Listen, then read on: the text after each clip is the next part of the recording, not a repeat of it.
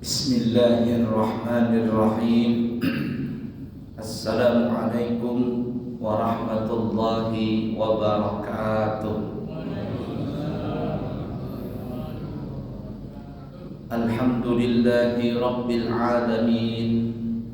Allahumma shalli wa sallim ala sayyidina wa nabiyyina wa maulana Muhammadin sayyidil anbiya'i wal mursalin wa ala alihi wa ashabihi wa azwajihi wa dhurriyyatihi wa man tabi'ahum bi ihsanin ila yaumiddin, amma ba'du. Bapak Ibu para jamaah sekalian yang disayangi Allah dan dicintai Allah, sebelum kita melanjutkan pengajian, ada sedikit informasi. Yang pertama, pesantren kami, Pondok Pesantren Al-Islami Nurul Anwar, tahun ini siap menerima santri baru. Jenjang sekolahnya adalah tingkatan SD, SMP, SMA atau ula, wusta, dan ulia. Pesantren kami adalah pesantren yang resmi yang mendapatkan izin dari pemerintah, dan karena itu apabila anak-anak santri yang sudah lulus, maka mereka mendapatkan ijazah, yang mana ijazah ini bisa dipakai untuk melanjutkan ke sekolah lain atau bisa melanjutkan ke perguruan tinggi. Santri-santri kami yang lulus sudah ada yang kuliah di Samarinda, di Balikpapan, di Jawa, bahkan insya Allah nanti setelah Idul Fitri tahun ini kami akan memberangkatkan 4 orang santri putra ke Tarif Hadramaut untuk sekolah di universitas yang ada di kota Tarif. Dan insya Allah juga ada 3 santri putri yang mendapatkan beasiswa, insya Allah akan sekolah di Universitas Al-Quran yang ada di Jakarta. Oleh karena itu, siapa tahu Bapak Ibu para jamaah kepingin menyekolahkan anak, ponakan, cucu, tetangga dan sebagainya di pesantren kami, maka kami terima dari umur 7 tahun, asalkan sudah bisa mandiri, makan, minum, tidur semuanya serba mandiri. Kalau masih kami ditilang, jangan dikirim ke pesantren, kasihan gurunya nanti. Dan juga kami mengharapkan kepada semuanya yang kepingin menyekolahkan anaknya ke pesantren kami mengharapkan anak yang dikirim itu adalah anak yang betul-betul ingin belajar agama, yang cita-citanya itu ingin menjadi ulama ul-amilin. Karena ada sebagian orang dan masih banyak sekali orang-orang di antara kita ini yang apabila mereka tidak sanggup lagi mendidik anaknya sudah bisa merokok, anaknya sudah bisa nongkrong malam, bahkan subuh baru pulang, terkadang nggak sholat subuh, main trek-trekan, anak motor, apalagi pacaran, omongannya, ucapannya nggak karuan, nama-nama binatang keluar dari mulutnya. Sudah angkat tangan orang tuanya, baru dikirim ke pesantren. Anak-anak yang seperti ini hampir bisa dikatakan 99% tidak bisa jadi ulama. Karena orang tua tadi berpikir pesantren itu kayak dianggap bengkel aja. Sudah rusak mobilnya baru masuk bengkel. Nah, jadi jangan seperti itu. Kami mengharapkan anak-anak yang berpotensi jadi ulama, hafalannya kuat, semangat, tabah di dalam menuntut ilmu, kirimlah ke pesantren kami. Maka insya Allah dengan izin Allah kami berusaha semaksimal mungkin untuk menjadikan anak ini menjadi para ulama ul-amilin, penerus ulama-ulama untuk di masa depan. Yang kedua, kami juga membuka travel umroh dengan keberangkatan 12 hari atau bisa sampai 13-14 hari, itu dengan harga 32 juta. Pesawatnya Garuda atau Saudi atau Qatar atau Emirat, tergantung pesawat yang ada. Di Madinah hotelnya Andalus dan Setara, ini turun dari hotel sudah pelataran Masjid Nabawi. Yang di Mekah adalah Sawahidul Khair atau Setara, dengan itu kurang lebih 150 sampai 200 meter dari pelataran Masjidil Haram. Siapa tahu ada yang berminat, maka insya Allah kami siap untuk memberangkatkannya.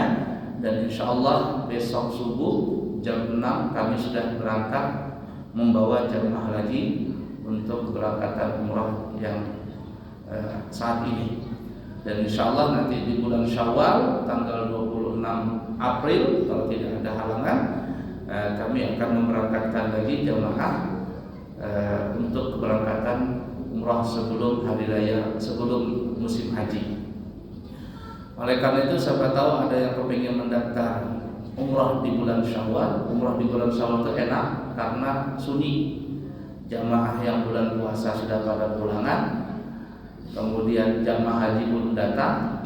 Jadi di Mekah itu sunyi. Insya Allah untuk melakukan cium hajar aswad dan sebagainya itu biasanya agak mudah. Nah, oleh karena itu, siapa tahu ada yang kepingin berangkat, kami membuka pendaftaran, dan pendaftaran untuk di bulan Syawal ditutup di tanggal 26 Maret. Kalau seandainya ada jamaah yang tidak mempunyai uang 32 juta, maka kita memberikan solusi untuk mudah berangkat ke sana, yaitu berangkat dulu, kemudian pulang baru nyicil. Kalau meninggal dunia pada saat kredit, utangnya dianggap lunas. Nah, harganya berapa? Harganya sama dengan DP, tapi ada syaratnya. Yang pertama, DP minimal 10 juta. Jadi kalau harganya tadi 32 juta, DP-nya 10 juta, berangkat sudah. Nanti pulang baru nyicil 22 jutanya selama 12 bulan. Syarat yang kedua, tidak mempunyai penyakit kronis. Jangan penyakit jantung, gagal ginjal, apa yang semuanya itu. Nah, baru berangkat pulang baru mati, jangan ya. Yang sehat ya. Walaupun tua tidak apa-apa, yang penting tidak mempunyai penyakit kronis. Yang ketiga, untuk saling meyakinkan dan mempercayai di antara kedua pihak, maka kami meminta yang kepingin kredit syariah tanpa bunga, kalau meninggal dunia pada saat kredit lunas, adalah orang tersebut sebelum berangkat menyerahkan surat berharga BPKB motor atau BPKB mobil yang seharga dengan nilai utang yang ada. Kalau dia berangkatnya DP 10 juta, berarti ada utang 22 juta. Betul ya? 22 juta. Nah, jadi berarti nanti cari BPKB motor yang seharga 22 juta. Jangan motor tahun 90, itu harganya cuma 5 juta. Ya, enggak bisa. Nah, maksudnya apa ini? BPKB ini kami simpan, bukan kami remajakan, bukan disekolahkan, simpan saja. Kalau seandainya hutangnya secara dicicil selama 12 bulan lunas, BPKB tadi kami kembalikan. Atau umpama meninggal dunia, maka dianggap lunas, BPKB-nya kami kembalikan juga kepada ahli waris.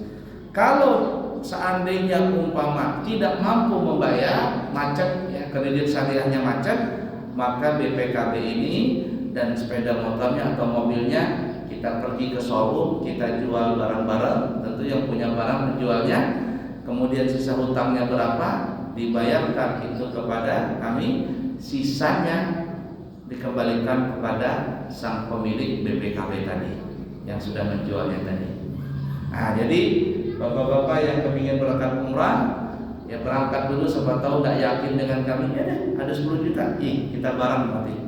Pulang baru nyicil, ada surat menyuratnya dilengkapi.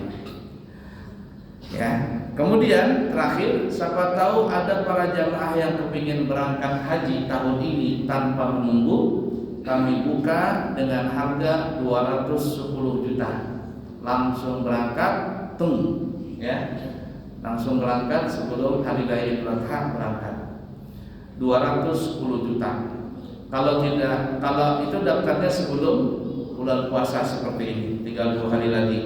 Tapi kalau seandainya mendaftarnya di bulan Ramadan, harganya menjadi 250 juta. Banyak, ya banyak. Siapa tahu gali-gali cangkul di belakang rumah dapat emas 20 kilo, segera sudah langsung daftar. Sedikit aja tuh. Kalau seandainya tidak mampu segitu banyaknya atau masih ragu-ragu kepada kami, jangan-jangan nggak berangkat dan sebagainya, ada cara yang kedua. DP 50 juta. Berangkat dulu, nanti setelah pulang baru nyicil. Syaratnya sama tadi, tidak mempunyai penyakit kronis. Yang kedua, menyerahkan surat berharga. Ini tidak bisa motor handbag BPKB-nya. Ini surat tanah, ya.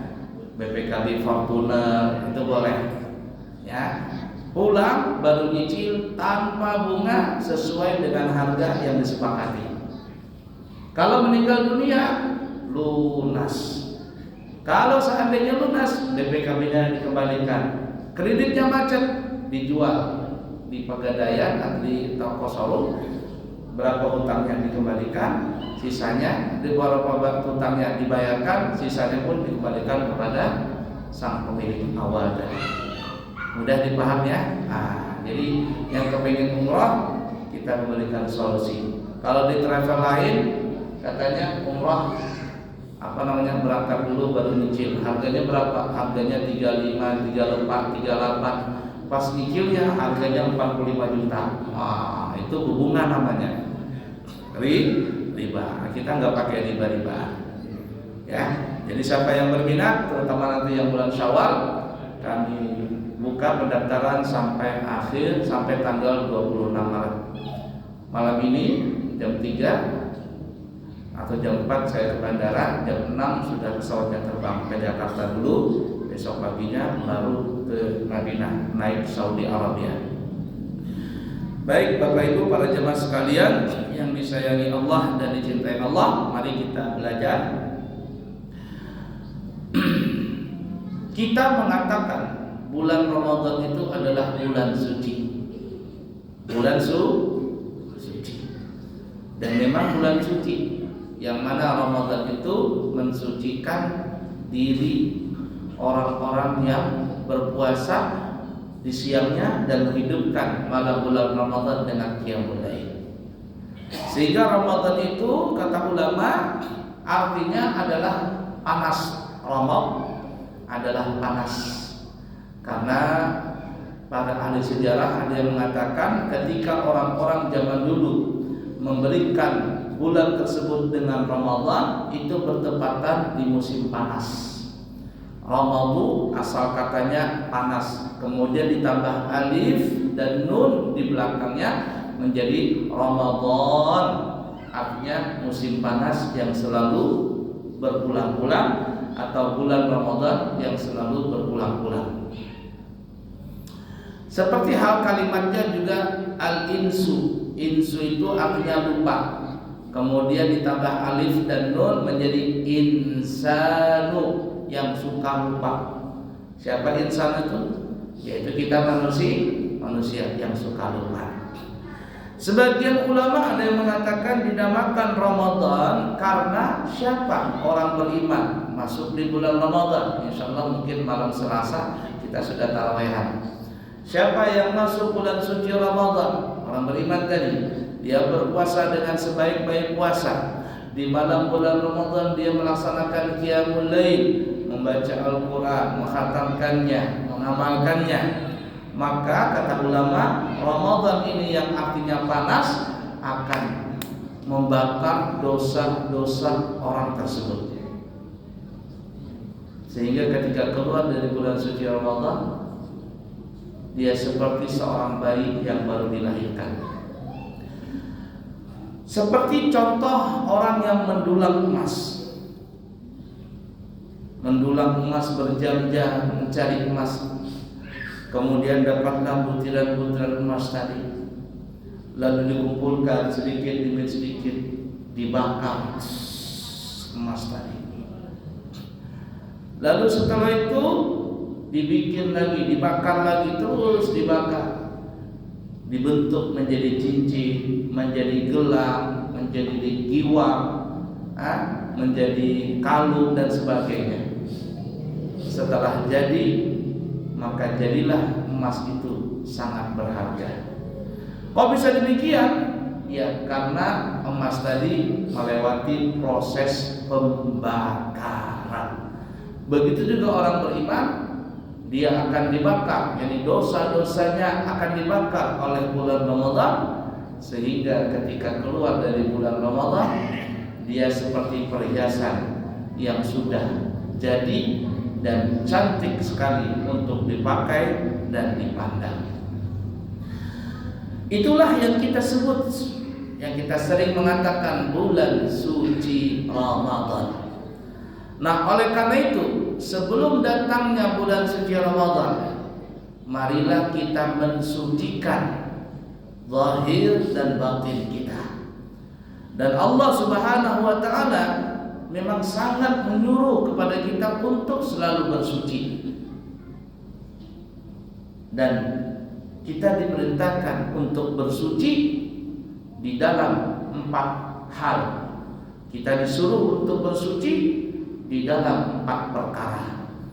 Yang pertama, kita disuruh untuk bersuci dari hadas kecil dan hadas besar.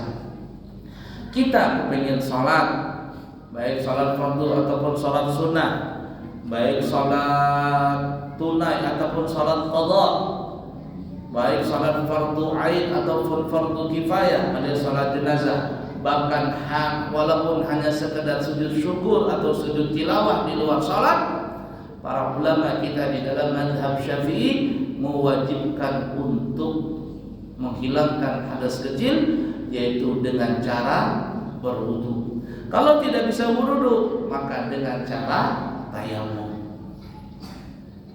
Kita biasakan bersuci, menahan wudu kita supaya kita jangan batal. Kita lagi jalan berwudu, kita lagi kemana berwudu. Bahkan dianjurkan pun juga sebelum tidur untuk berwudu. Untuk apa? Melatih diri kita.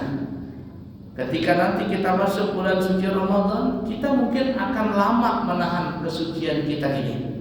Salat tarawih dari maghrib masuk isya, ya maghrib dari isya maksudnya.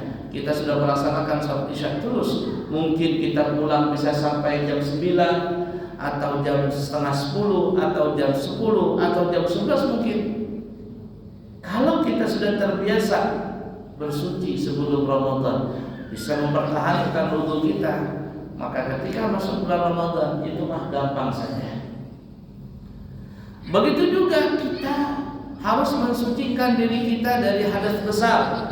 Yani kalau kita junub, kita wajib untuk mandi junub. Dan mandi junub atau mandi hadas besar ini dikatakan oleh ulama penyebabnya itu ada 6. 3 masalah itu bisa terjadi pada laki-laki dan perempuan. Yang pertama adalah keluar air mani dengan cara apapun juga. Ketika seseorang air maninya keluar, baik dia laki-laki ataupun perempuan, maka dia dikatakan berhadas besar.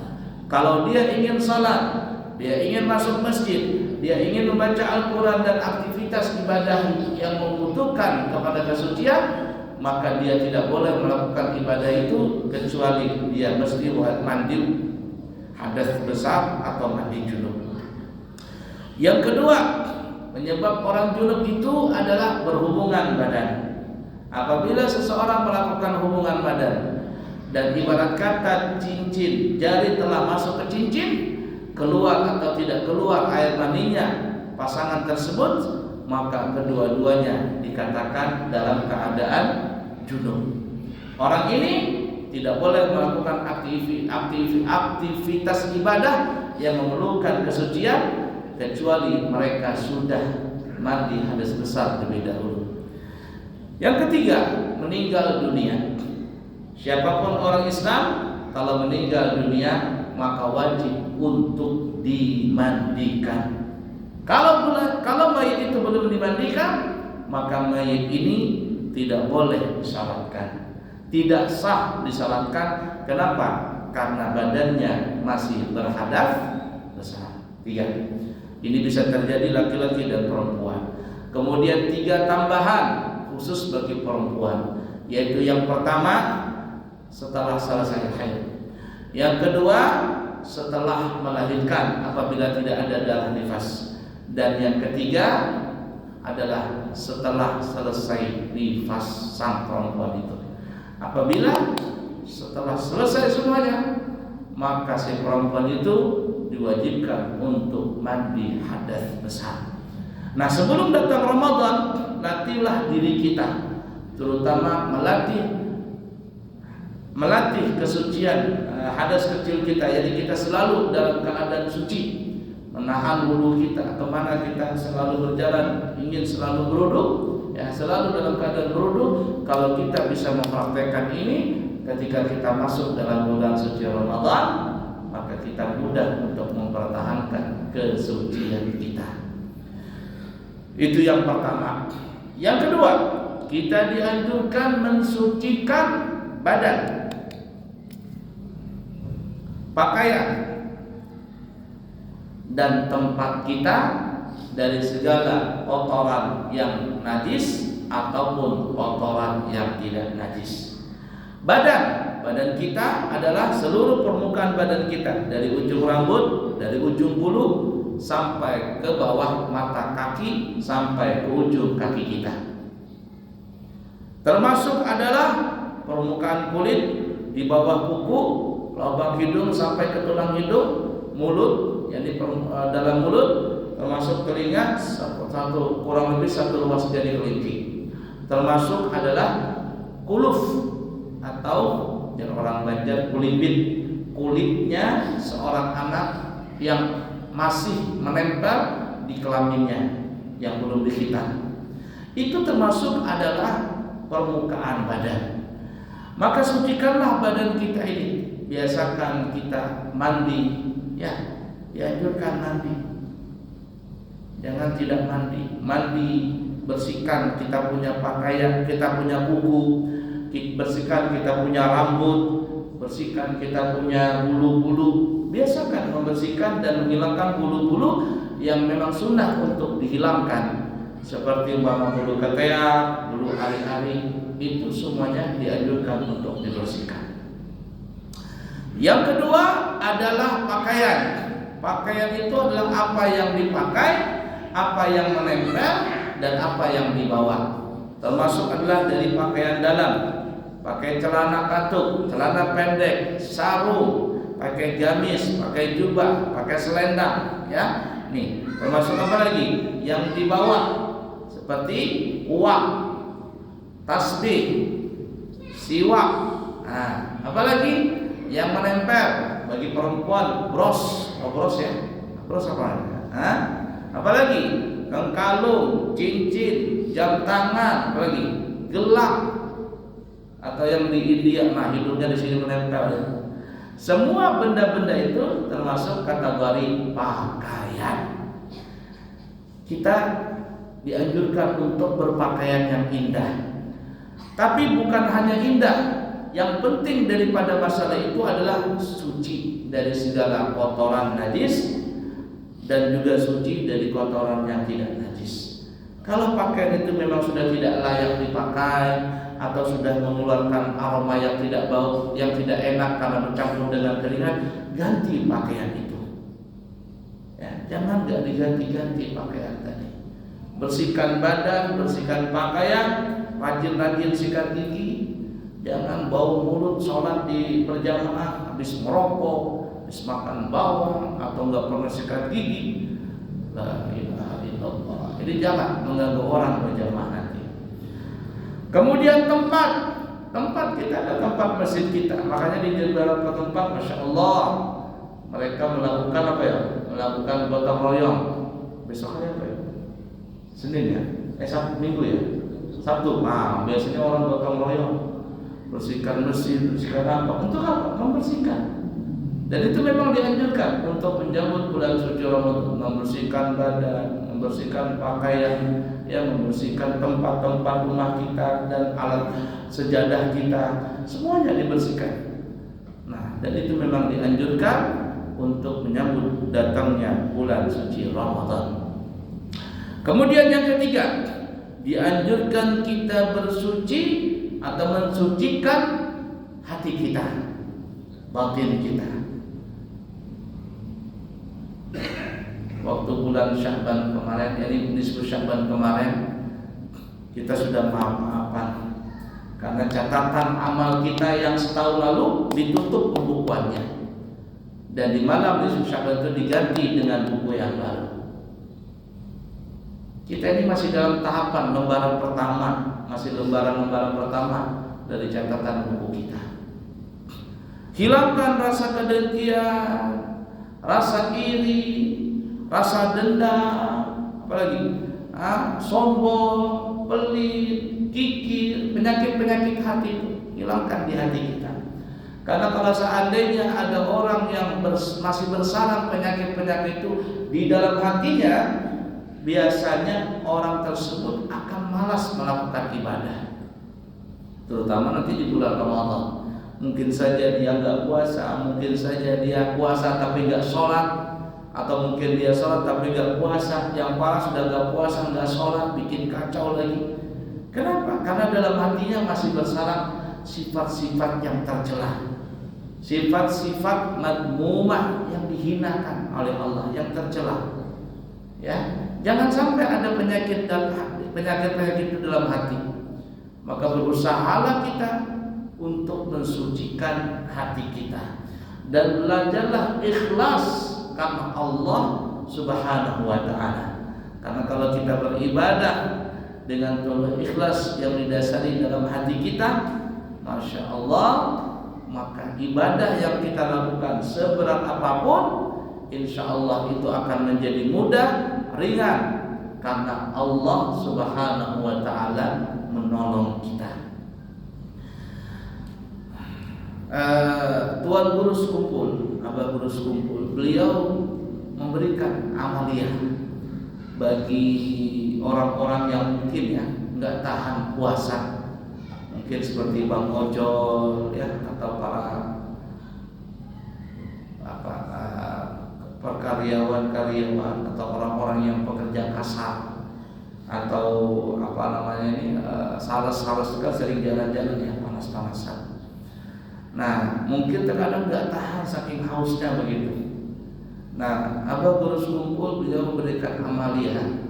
Jadi ketika sahur nih ya, dan ketika dia kepingin minum, bacakan surah Al-Kautsar 3 kali ke air minum tersebut, lalu setelah itu dia minum. Inna a'tayna kal kautsar. Kami telah memberikan kepada engkau wahai Nabi Muhammad Al-Kautsar. Banyak penafsiran Al-Kautsar, tapi salah satu penafsiran yang ditafsirkan oleh ulama, Al-Kautsar itu adalah telaga Al-Kautsar. Telaga Al-Kautsar itu sangatlah luas sekali ya, dari Irak sampai ke Syam luasnya. Airnya itu ahla minal asal, lebih manis daripada madu. Abyadu minal laban, lebih putih daripada susu. Abradu minal thalji, lebih segar, lebih dingin, lebih sejuk daripada salju.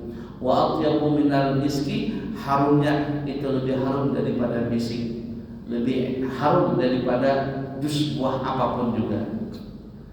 Man syariba lam yashrab ba'dahu abada, lam yadma' ba'dahu abada. Siapa yang minum, kata Nabi, lam yadma', maka dia tidak pernah lan yatma' ba'dahu abada. Dia tidak pernah akan kehausan selama-lamanya. Nah, jadi itu amaliyah diberikan oleh Abah Guru Sekumpul. Baca surah Al-Kautsar. Bismillahirrahmanirrahim. Inna a'tainaka al-kautsar fasholli li rabbika wanhar inna syani'aka huwal abtar. 3 kali. Lalu tiupkan. Boleh dengan mulut, boleh dengan hidung. Kalau mau dua-duanya, hidung dan mulut. Kenapa pakai hidung? Karena hidung tidak pernah berbohong. Kalau mulut sering berbohong. Makanya ada sebagian dulu kalau mau niup dengan hidung katanya. Dua-duanya hidung mulut, ya. Setelah itu minum. Maka insya Allah dia seakan-akan satu hari itu berada di telaga Al-Kautsar yang airnya sejuk, yang rasanya manis dan begitu nikmatnya kalau diminum. Siapa yang minum dia tidak pernah akan kehausan selama-lamanya. Nah, ini mungkin bisa diamalkan bagi jamaah yang mempunyai pekerjaan berat di siang, terutama di siang Ramadan. Baik, kita lanjut. Jadi yang ketiga tadi, membersihkan hati kita dari semua penyakit-penyakit hati. Lalu yang terakhir, dianjurkan kita untuk membersihkan jiwa kita, membersihkan raga kita, membersihkan rohaniah kita. Dari apa? Minasyirki, dari perbuatan syirik. Syirik, baik syirik di dalam sifatnya Allah, menyekutukan Allah dalam sifatnya, atau mensyirikkan Allah di dalam asma-Nya, atau mensyirikkan Allah di dalam af'alnya, atau mensyirikkan Allah di dalam zat-Nya, atau mensyirikkan Allah fil wujudi, di dalam wujudnya Allah Ta'ala, atau di dalam beribadah kepada Allah. Jadi yang masih punya jimat, stop jimatnya, buang jimatnya. Yang punya benda-benda, apalah istilah orang kata, benda keramat dari mana bendanya? Yang masih pakai dukun-dukunan, pakai apa namanya itu, sihir-sihiran, pelet-peletan, apa gitu. Yang masih melihara tuyul, susul ngesot, babi ngepet, parakan, jenglot, kolor hijau, foto hijau, genderuwo, kali pocong perawan, taubat sudah. Hilangkan itu semua, karena kalau ada orang yang melakukan atau menggunakan benda-benda tersebut, apalagi dia mencari usaha, membuka warung atau punya usaha apa sajalah, dia menggunakan benda-benda tersebut, bahkan bersekutu dengan syaitan atau dengan jin, maka orang tersebut telah masuk dalam perbuatan asyirku billah, mensekutukan dengan Allah. Nah, jadi hilangkan. Nah, intinya bersihkan jiwa kita, bersihkan diri dan raga kita ini dalam 4 hal. Yang pertama, bersihkan diri kita dari hadas kecil dan hadas besar. Yang kedua, bersihkan badan, pakaian, tempat kita dari segala kotoran najis ataupun yang tidak najis. Yang ketiga, bersihkan hati kita daripada sifat-sifat tercela. Dan yang keempat, bersihkan ruhaniyah kita, ya, dari apa? Daripada sifat-sifat yang bisa menyekutukan Allah Ta'ala. Begitulah pertemuan kita pada saat ini. Mudah-mudahan ada manfaatnya, dan insyaAllah kita akan bertemu di kesempatan yang akan datang. Yang baik dari Allah Ta'ala, yang buruk dari pribadi minta maaf, minta ampun. Subhanakallahumma wa bihamdika asyhadu an la ilaha illa anta astaghfiruka wa atubu ilaik. Wa akhiru kalam, wassalamu alaikum warahmatullahi wabarakatuh.